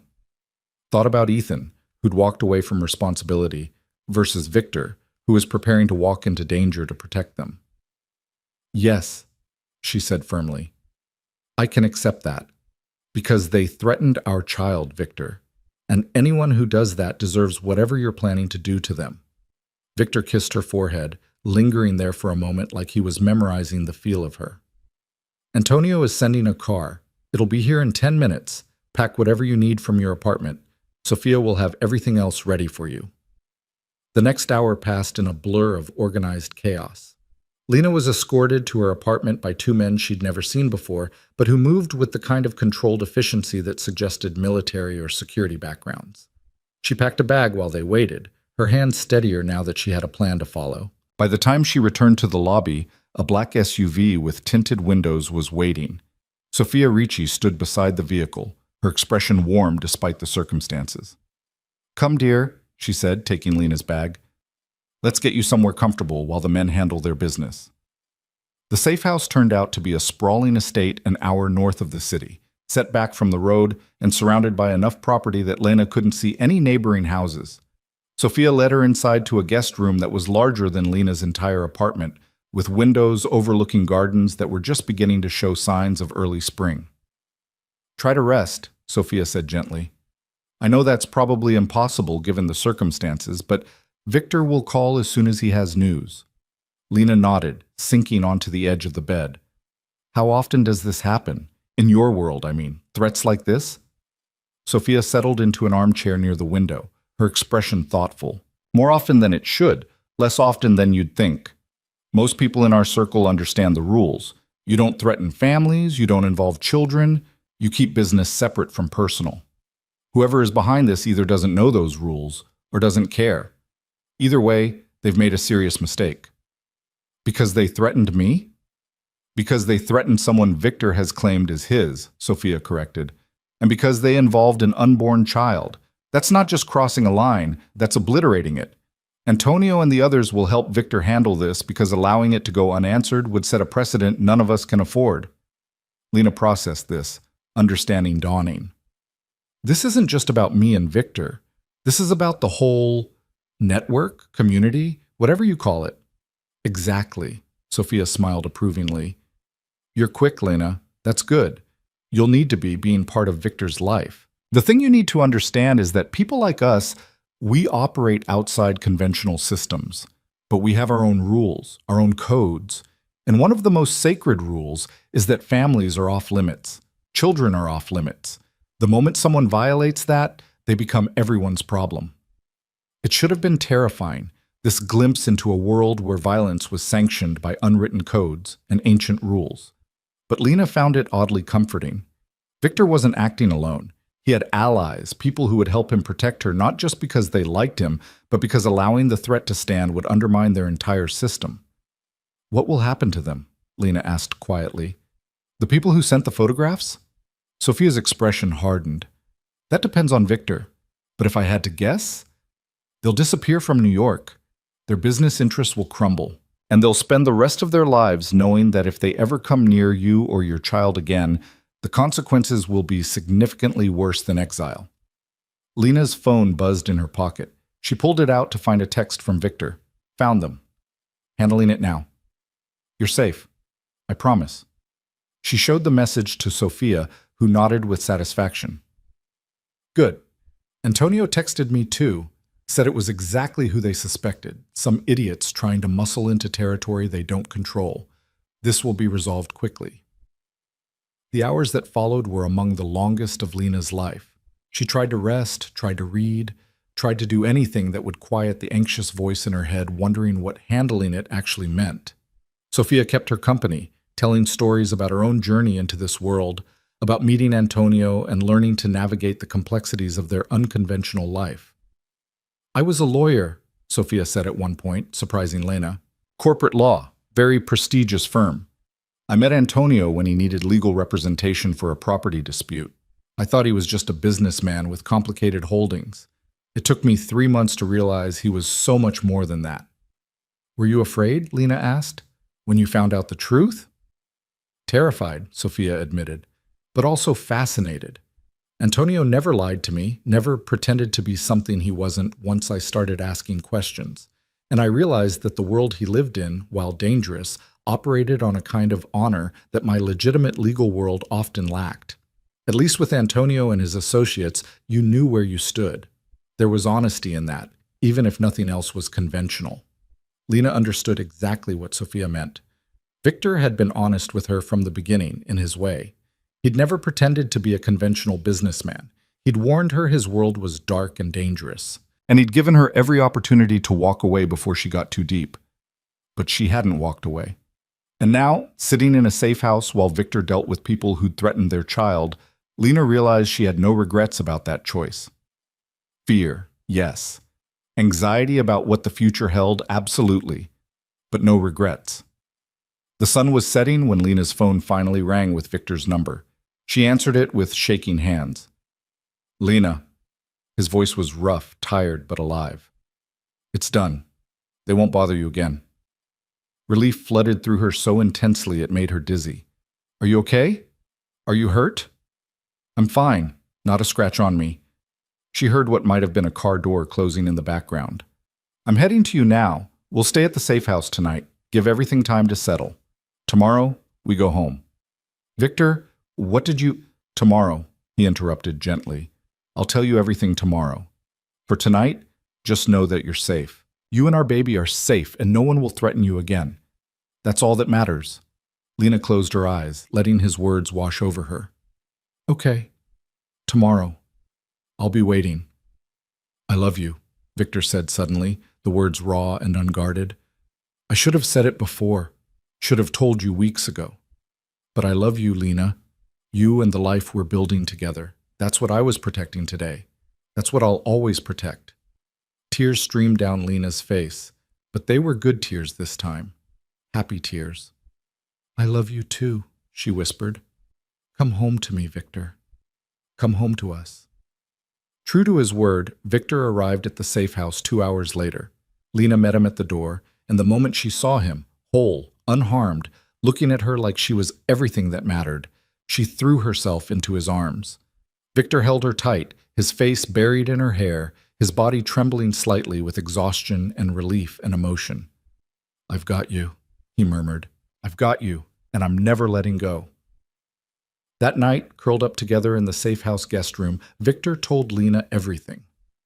About the Brooklyn property development, about the rival organization that had been using the land for money laundering operations, about how they thought threatening her would make him back down.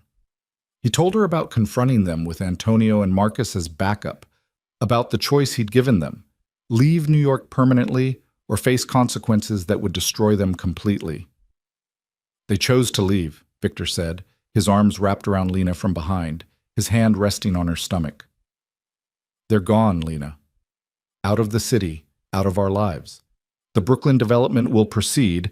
Their operations are being dismantled by federal authorities as we speak, anonymously tipped off, of course, and they know that if they ever come back, if they ever even think about you again, I'll make sure they regret it." "You didn't hurt them?" Lena asked, needing to know. "I didn't need to. The threat of what I could do was enough." Victor's voice was quiet but firm. "I'm not a monster, Lena. I don't hurt people for pleasure, but I'm absolutely willing to do whatever is necessary to protect what's mine. Today, the necessary thing was making them understand that you're untouchable." Mission accomplished. Lena turned in his arms to face him. "Our baby moved again today," she said softly, "while I was worried about you, like they were reminding me to have faith." Victor's expression transformed, wonder replacing the lingering tension. His hand moved across her stomach, searching for movement. "Can I feel it?" As if on cue, the baby kicked, a strong flutter against Victor's palm. Lena watched his face cycle through surprise, joy, and something that looked almost like reverence. "That's our child," he said, his voice rough with emotion. "Our baby, Lena. Not Ethan's, mine, ours." "Yours," Lena agreed, covering his hand with hers.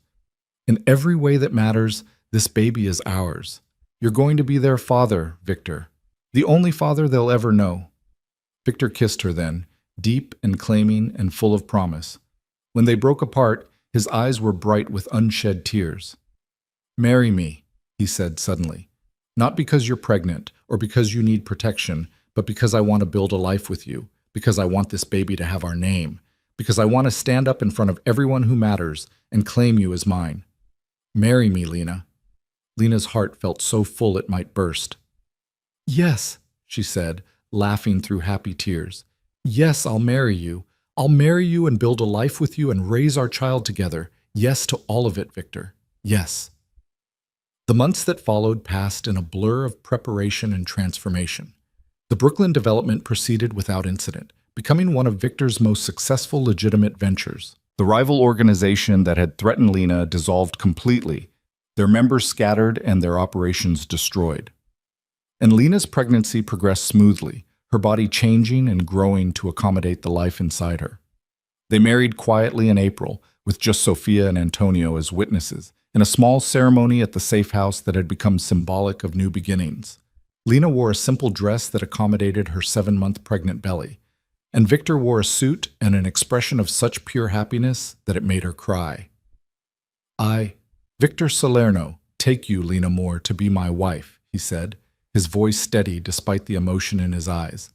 "I promise to protect you and our child with everything I have. To be honest, even when the truth is hard. to stand beside you in joy and in struggle, and to never, ever walk away, no matter what challenges we face. This I swear. Lena's vows were simpler but no less meaningful. I, Lena Moore, take you, Victor Salerno, to be my husband. I promise to be strong when you need strength, to trust you when you ask for trust, and to build a life with you based on choice rather than necessity. You saved me when I had nothing, and now I choose you with everything I am. This I swear. When they kissed as husband and wife, Lena felt the last pieces of her old life fall away completely.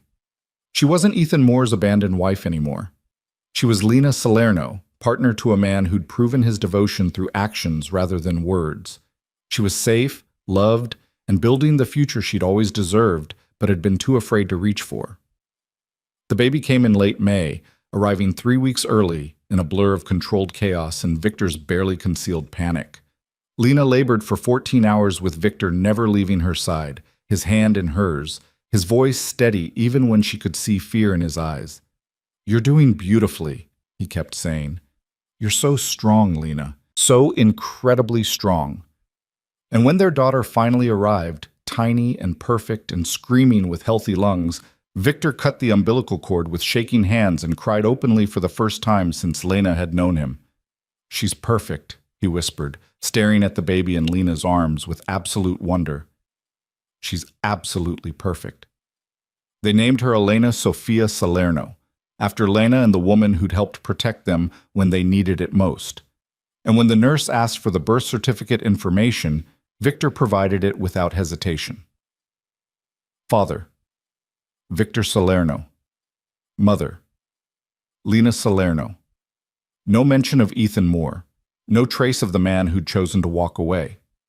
Just the truth that mattered. This child belonged to the people who'd chosen to love her. 2 weeks after Elena's birth, a legal envelope arrived at their apartment. Inside were documents finalizing the termination of Ethan's parental rights and a separate set of papers showing Victor's legal adoption of Elena. She was officially, completely, irrevocably theirs.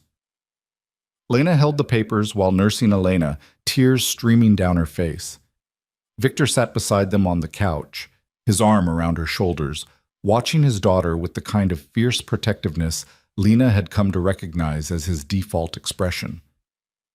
"Thank you," Lena said softly, "for everything. For seeing me that night in the park, for giving me a chance when I had nothing, for loving me and our daughter, for being exactly the man we needed." Victor kissed the top of her head, gentle and reverent. "Thank you for being brave enough to accept help, for being strong enough to survive, for trusting me with your heart when you had every reason not to trust anyone." He paused, looking down at Elena sleeping peacefully in Lena's arms. "And thank you for giving me a family, for letting me be a father to this perfect little girl. You've given me everything that matters, Lena."